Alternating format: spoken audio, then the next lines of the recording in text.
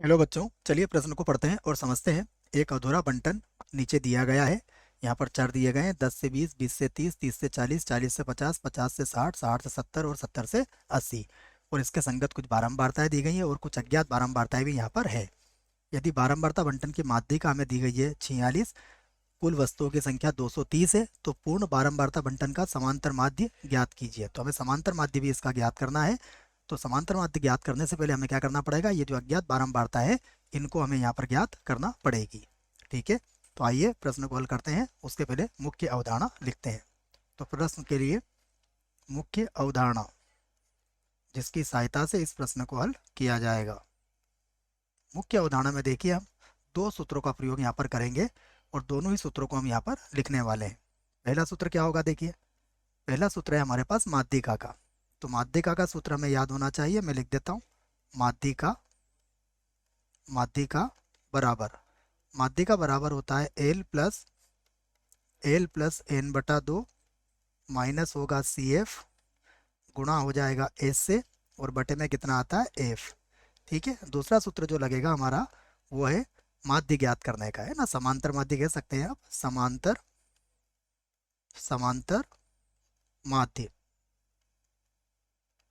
समांतर माध्य बराबर ये होता है, आप कह सकते हैं इसको समेसन आई बराबर 1 से n तक एफ आई एक्स आई और बटे में आता है समेसन आई बराबर 1 से n तक एफ आई। ठीक है, तो इस सूत्र का प्रयोग हम यहाँ पर समांतर माध्य ज्ञात करने के लिए करेंगे। अब ये जो अज्ञात बारंबारताएं हैं इन्हें हम मान लेते हैं। तो मैं यहाँ से हल करता हूँ प्रश्न को और लिख लेता हूँ मैं माना 30 से 40 के संगत बारंबारता कितनी है, x है, तथा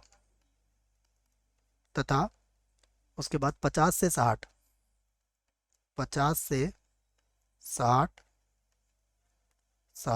के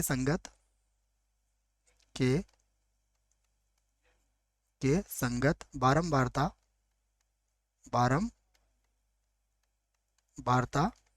y है। ये हमने मान लिया है। अब इससे संबंधित वक्र हम यहाँ पर बनाते हैं बच्चों। तो हमें दिए गए हैं चर में देखिए तक है, तो 10 से 20, उसके बाद लिखेंगे हम 20 से 30, उसके बाद लिखेंगे 30 से 40, उसके बाद होगा 40 से 50, उसके बाद होगा 50 से 60, उसके बाद है 60 से 70। ठीक है, ये हमें दिए गए हैं चर। ये 3 को मैं एक बार और लिख लेता हूँ, ये हो जाएगा 3। ठीक है, तो ये तो हमारे पास चर हो गए। और चर के बाद संगत हमें इसकी बारंबारताएं दी गई हैं जिसको हम किससे व्यक्त कर लेंगे, एफ से व्यक्त। सबसे पहले है 12, उसके बाद है 30 और इसके संगत हमने कितनी मानी है, एक्स। तो यहाँ लिख देंगे हम 65 के मध्य, इसको वाई से व्यक्त कर देंगे, ये हो जाएगा 25। उसके बाद 70 से 80 भी दिया गया है, तो 70 से 80 यहाँ पर लिख दिया हमने 18। तो ये तो हमने लिख लिया। हमें पता है जब भी माध्यिका ज्ञात होगी तो हमें संचय बारंबारता की आवश्यकता लगेगी। तो यहाँ मैं सी एफ लिख लेता हूँ। तो 12 तो वैसा का वैसा, 12 और 30 कितना हो जाएगा, 42। यहाँ पर हो जाएगा 42 प्लस एक्स, और इसे देख लेते हैं। देखो 5 और 2 हो जाएगा 7, 6 और 4 हो जाएगा 10, तो 107 प्लस एक्स हो जाएगा। उसके बाद हो जाएगा 107 प्लस एक्स और प्लस वाई हो जाएगा। फिर इसमें जोड़ेंगे तो 132 हो जाएगा। ये होगा 132 प्लस एक्स प्लस वाई और उसके बाद 132 में यदि इनको जोड़ा जाएगा तो ये 150 हो जाएगा। तो 150 प्लस एक्स प्लस वाई। तो ये हमने एक बंटन यहाँ पर तैयार कर लिया है। इस बंटन को मैंने यहाँ पर लिख दिया है बच्चों। ठीक है, इस बंटन में देखिए हमें जो योगफल दिया गया है वो योगफल कितना दिया गया है, केवल बस हमें वो देखना है। उसके बाद हम इस प्रश्न को और आगे हल करेंगे। देखिए तो इनका जो योग है वो कितना है, 230 के बराबर है, अर्थात 230 जो है वो 150 प्लस एक्स प्लस वाई के बराबर होगा। तो सबसे पहले हम इसे ही लिख लेते हैं। देखिए, तो सबसे पहले हमें क्या दिया गया है, इनका योग। ठीक है, सारणी बच्चों अच्छे से तैयार कर सकते हो आप। तो एक्स प्लस वाई प्लस 150 बराबर कितना होगा, 230। तो यहाँ से 150 को बराबर किधर ले आइए आप, तो x प्लस वाई, जब 150 को इधर ले जाएंगे तो ये कितना मिलेगा आपको, 80। इसे समीकरण 1 बना लेते हैं। उसके बाद देखिए माध्यिका कितनी है आपके पास, माध्यिका, माध्यिका जो दी गई है उसे भी देखना पड़ेगा। माध्यिका 46 है, इसलिए इसलिए माध्यिका वर्ग, इसलिए माध्यिका, माध्यिका वर्ग।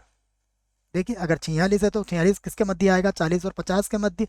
तो माध्यिका वर्ग क्या होगा, 40 से 50 होगा, ये हमारा माध्यिका वर्ग होगा। अब 40 से 50 होगा माध्यिका वर्ग, तो उसके संगत अब हम कुछ मानों को ज्ञात कर सकते हैं। देखो सबसे पहले अब यहाँ पर जो मान है वो मैं लिख देता हूँ। हमें चाहिए एल। देखिए एल क्या होगा, 40 से 50 है तो 40 हो जाएगा। उसके बाद अंतर कितने का है इसमें, अंतर है 10 का, तो अंतर लिख दिया 10। उसके संगत एफ कितना है, एफ है हमारे पास 65, तो 65 लिख दिया हमने। देखो ये हो गया 65।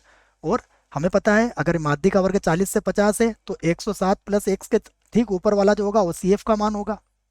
तो सी एफ, सी एफ बराबर कितना होगा, 42 प्लस एक्स, 42 प्लस एक्स हो जाएगा।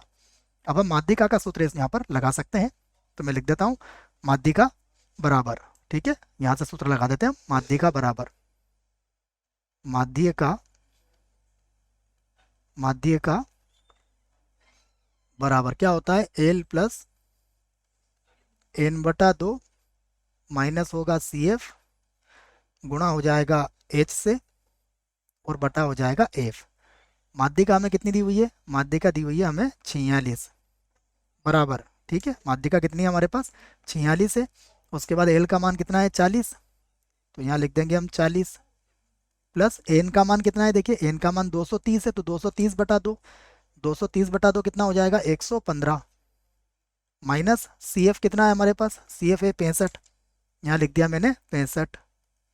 उसके बाद होगा एच, एच कितना है 10, और बटा एफ कितना है, देखिए एफ हमने निकाला है यहाँ पर 65। ठीक है, एफ कितना है हमारे पास, 65 है बच्चों। तो यहाँ शायद थोड़ा सा गलत लिख दिया हमने। ठीक है, ये 65 नहीं आएगा बच्चों, हमने सी एफ गलत देख लिया है। ठीक है, फिर से लिख देते हैं, कोई बात नहीं। देखिए सी एफ हमारे पास क्या था, गलती से हमने एफ लिख दिया था, सी एफ हमारे पास ये है 42 प्लस एक्स। ठीक है, तो माइनस का 42 और माइनस का एक्स हो जाएगा, ये बटे में कितना होगा, 65। ठीक है, एफ का मान कितना है हमारे पास, 65 है, जो कि हमने बंटन से प्राप्त किया है। तो ये हो गया हमारे पास एफ, और एच का मान कितना है 10। अब 40 को बराबर किधर लेके आओ आप, तो इधर हो जाएगा 46 माइनस का 40 बराबर। अब 115 में से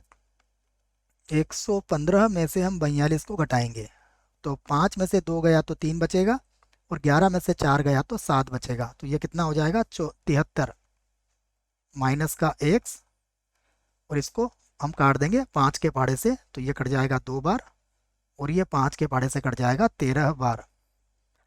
अब ये हो जाएगा देखिए 78। अगर आप 46 में से 40 घटाएंगे तो 6, और 13 कितना होता है, 78। तो इसको लिख दिया आपने 78 बराबर, 2 से गुणा कर देंगे इसको, तो ये हो जाएगा 146, और माइनस का हो जाएगा 2x।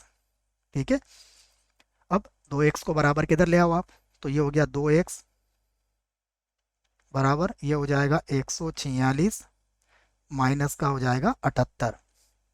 तो 2x बराबर, देखिए 16 में से 8 गए 8 है, और 13 में से 7 जाएंगे तो कितना बचेगा, 6।